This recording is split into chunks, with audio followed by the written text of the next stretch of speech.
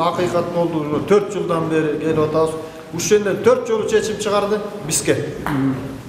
Ак так чыгарды. Бу жогорку сотко да барып келген. Жогорку сотко барып келген. Кайра ушенден 4-нчү жолу чыгып атат чечим. Жакшы чыгарды, акыйкат өттү. Сот жакшы карады. Сизде да Mana mende болгон оюн бар пикирин билдирип коем. Сот аябай жакшы акыйкат чечим чыгарды. Бул сот бир эмес бир канча жыл өттү. Бир канчасына да бүт бар туура чечилди. Акыйкат биз толук ишенебиз. Мен ачыгын айтам. Жогорку соттон да муну далилдеп берем. Мен 91-жылы 14 майда акайып указы менен өткөнмүн. Эч кандай жер бүшкөн алган эмесмин. Сарай малдын баарын бүт сатып алган акча. Булардын тиешеси да жок. Ведомство менен көрсөттүм, булар мен наемный рабочий болуп иштетчи. Тиешеси да жок. Качан мыйзамдуу болот мен билбейм. Мен президент Жапаровго да кайрылдым.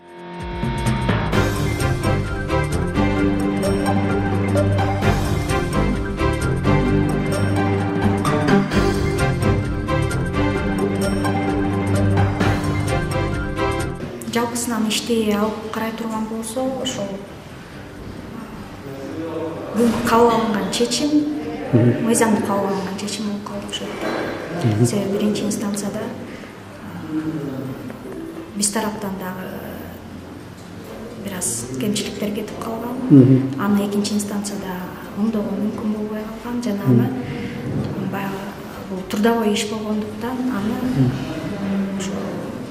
жумушчулардын укугун көз жаздында калтырып коюуга азыр мүмкүн эмес болчу да. Ошол себептен биринчи инстанциянын кайрадан кароого жибергендиги мыйзам чегинде болду деп мен азыр ойлоп турам да.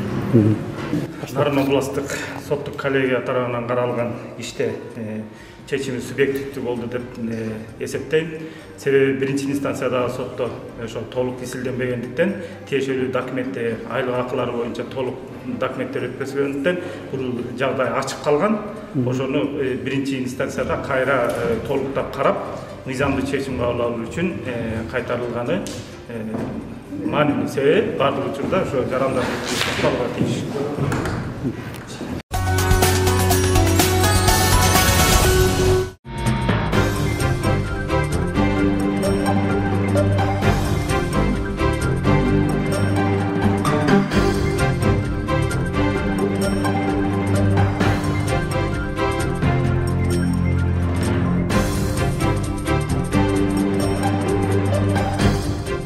Нарын областык сотунда жер боюнча соттук отурум болду.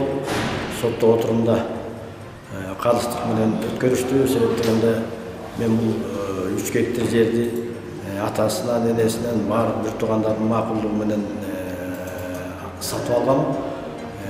Ошол маселеге айыл өкмөттүн распискалары бар. Айыл өкмөттүн катчылыгында негизинде көйлөндүрүлгөн. Ушул убакка чейин биз соттошуп жүрөбүз. Бирок Ат Баш райондук соттун чечими чыккан. Мен тарапка чечим чыгарып берген. Анан булар апелляциялык арыз жазып, кайра областык сотко жазышкан. Мына бүгүн 17 январда саат 1:30 соттук отурум болуп, кайра эле менин пайдама чечилди. Мен соттордун калыстыгын мисалы билем, рахмат. кандай өттү? Чечим чыкты. Жогорку сот алынган кылмар менен наразы. Соттор жакшы.